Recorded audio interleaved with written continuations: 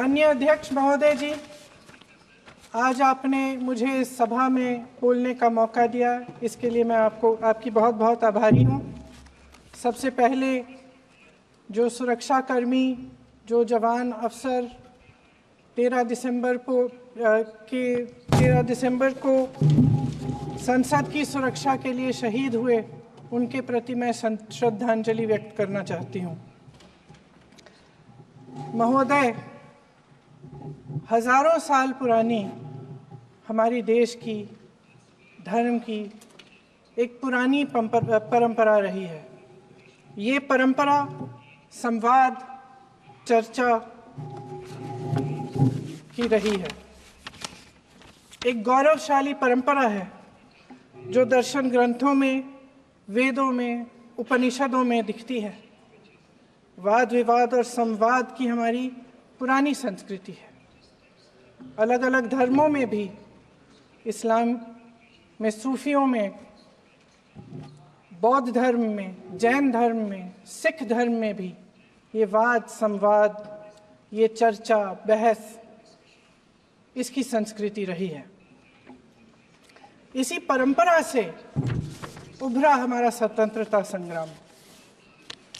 हमारा स्वतंत्रता संग्राम विश्व में एक अनोखा संग्राम था, एक अनोखी लड़ाई थी जो अहिंसा और सत्य पर आधारित थी। ये वाद संवाद की जो परंपरा है, इसको इस संग्राम ने आगे कैसे बढ़ाया? क्योंकि ये जो संग्राम था, ये जो लड़ाई थी हमारी आज़ादी के लिए, एक बेहद लोकतांत्रिक लड़ाई थी। इसमें देश के किसान, देश के जवान, देश के मजदूर, देश के अधिवक्ता, देश के बुद्धिजीवी, चाहे किसी भी जाति के हो, चाहे किसी भी धर्म के हों, किसी भी भाषा को बोलते हों, सब इस स्वतंत्रता संग्राम में शामिल हुए। सब ने हमारे देश की आज़ादी की लड़ाई लड़ी।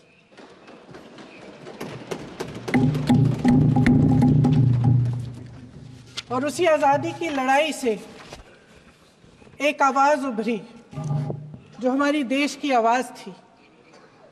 वो आवाज़ ही आज हमारा संविधान है। साहस की आवाज़ थी, हमारी आज़ादी की आवाज़ थी, और उसी की गूंज ने हमारे संविधान को लिखा और बनाया। ये सिर्फ एक दस्तावेज नहीं है। बाबा साहेब अम्बेडकर, मौलाना आज़ाद जी, राजगोपालाचारी जी और जवाहरलाल नेहरू जी और उस समय के तमाम नेता, जैसे आपने कहा, इस संविधान को बनाने की जो कार्य में सालों के लिए जुटे रहे। हमारा संविधान इंसाफ, उम्मीद, अभिव्यक्ति और आकांक्षा की वो ज्योत है जो हर हिंदुस्तानी के दिल में जलती है। अध्यक्ष महोदय, इस ज्योत ने हर एक भारतीय को ये पहचानने की शक्ति दी कि उसे न्याय मिलने का अधिकार है, कि उसमें अपने अधिकारों के लिए आवाज उठाने की क्षमता है, कि जब वो आवाज उठाएगा तो सत्ता को उसके सामने झुकना पड़ेगा। इस संविधान ने हर एक देशवासी को ये अधिकार दिया कि वो सरकार बना भी सकता है और सरकार बदल भी सकता है। ये ज्योत जो हर हिंदुस्तानी के दिल में जलती है, उसने हर हिंदुस्तानी को ये विश्वास दिया कि देश की संपत्ति में, देश की दौलत में, संसाधनों में उसका भी हिस्सा है, कि उसे एक सुरक्षित भविष्य की उम्मीद का अधिकार है, कि देश बनाने में भी उसकी भागीदारी है। उम्मीद और आशा की ये ज्योत मैंने देश के कोने कोने में खुद देखी है। उन्नाव में मैं एक रेप पीड़िता के घर गई।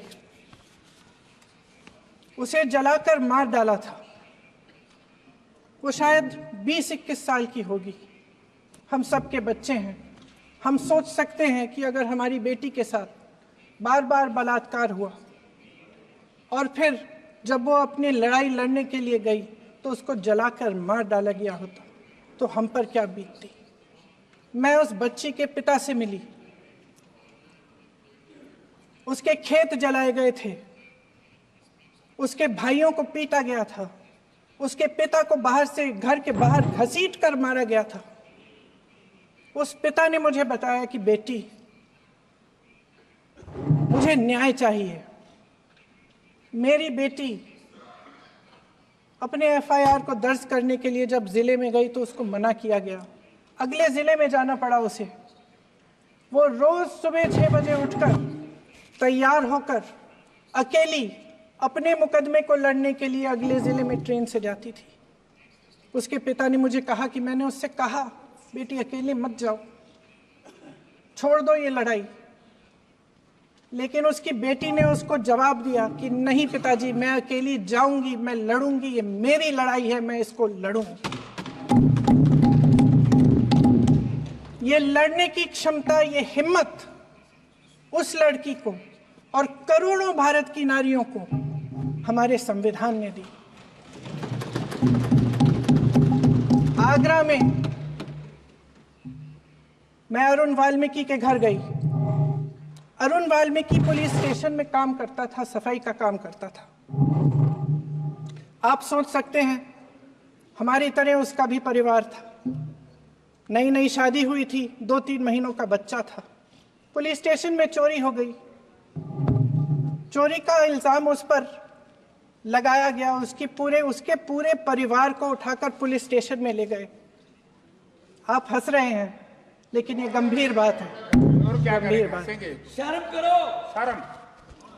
अरुण वाल्मीकि को पीट पीट के मार डाला, उसकी बीवी को पीटा, उसके पिता के नाखून निकाले, उसके पूरे परिवार को पीटा गया। जब मैं उस जवान महिला से मिलने गई जो अभी अभी विधवा हुई थी, तो उसने मुझे कहा कि दीदी, हमें सिर्फ एक चीज चाहिए, हमें न्याय चाहिए और हम इस न्याय के लिए लड़ते रहेंगे, चाहे कुछ भी हो जाए। ये हिम्मत उस महिला को हमारे संविधान ने दी।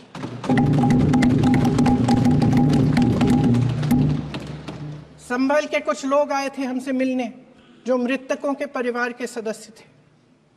उसमें 2 बच्चे थे, अदनान और उजैर। अब सुनिए। उसमें 2 बच्चे थे, अदनान और उजैर। एक बच्चा मेरे बच्चे की उम्र का है, दूसरा उससे छोटा 17 साल का है। दर्जी के बेटे थे।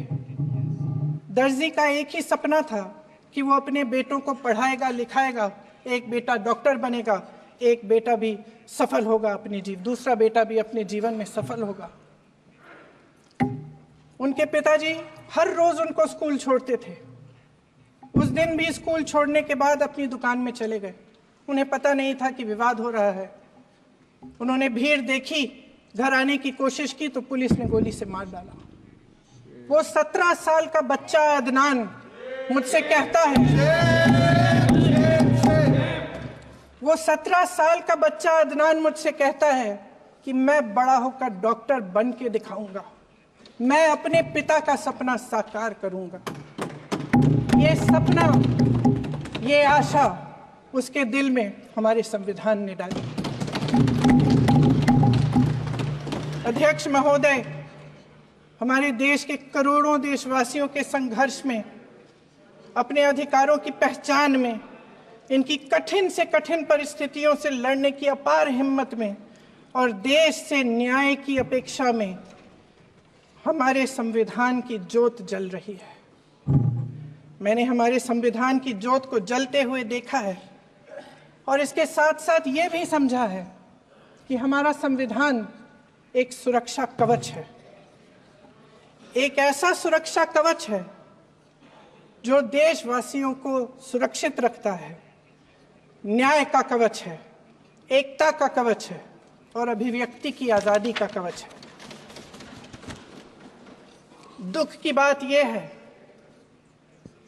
कि मेरे सत्ता पक्ष के साथी जो बहुत बड़ी बड़ी बातें करते हैं, इन्होंने इन 10 सालों में यह सुरक्षा कवच, सत्ता पक्ष के मेरे साथियों ने ये सुरक्षा कवच तोड़ने का पूरा प्रयास किया है।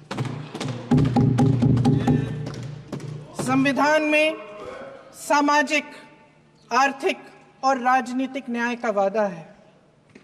ये वादा एक सुरक्षा कवच है जिसको तोड़ने का काम शुरू हो चुका है।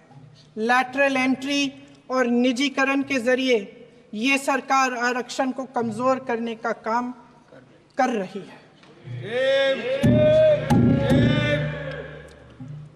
अगर लोकसभा में ये नतीजे नहीं आए होते तो ये संविधान बदलने का काम भी शुरू कर लेते।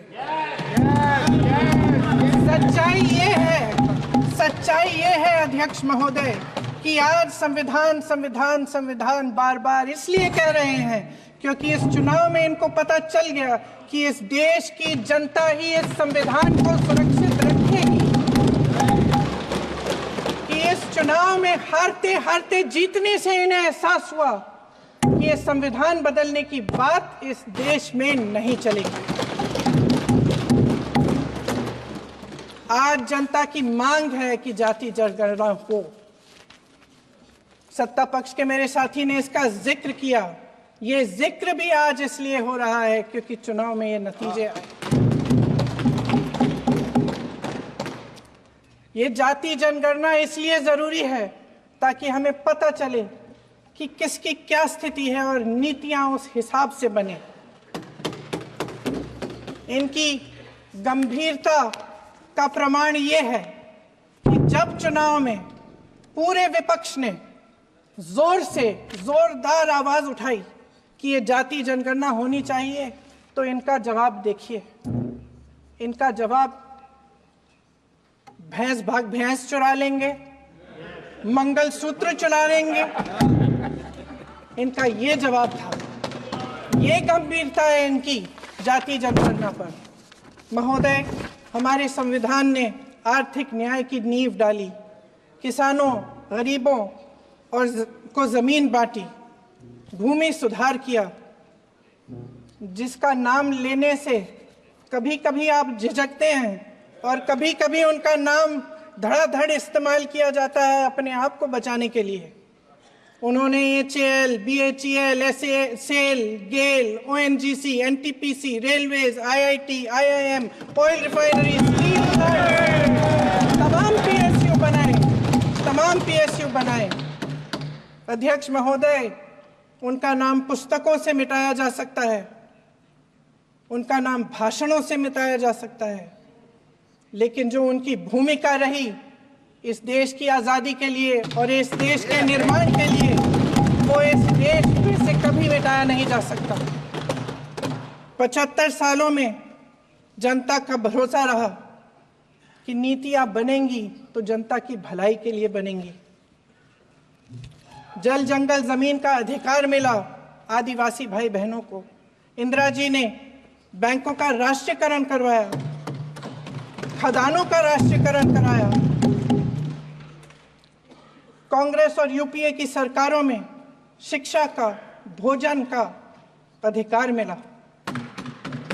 75 सालों में जनता का भरोसा मिला। पहले संसद चलती थी तो जनता की उम्मीद होती थी कि सरकार महंगाई और बेरोजगारी पर चर्चा करेगी, कोई उपाय निकालेगी, कोई रास्ता निकालेगी। लोग मानते थे कि अगर कोई नई आर्थिक नीति बनेगी तो देश की अर्थव्यवस्था को मजबूत बनाने के लिए बनेगी, तो भारतीय बाजार को मजबूत बनाने के लिए बनेगी, उनके भविष्य को मजबूत बनाने के लिए बनेगी। किसान और आदिवासी भाई बहन भरोसा करते थे कि यदि जमीन के कानून में संशोधन होगा तो उन्हीं की भलाई के लिए होगा। आप नारी शक्ति की बात करते हैं। आज चुनाव की वजह से शायद इतनी बातचीत हो रही है नारी शक्ति के बारे में, क्योंकि हमारे संविधान ने महिलाओं को यह अधिकार दिया उनकी शक्ति को परिवर्तित किया वोट में।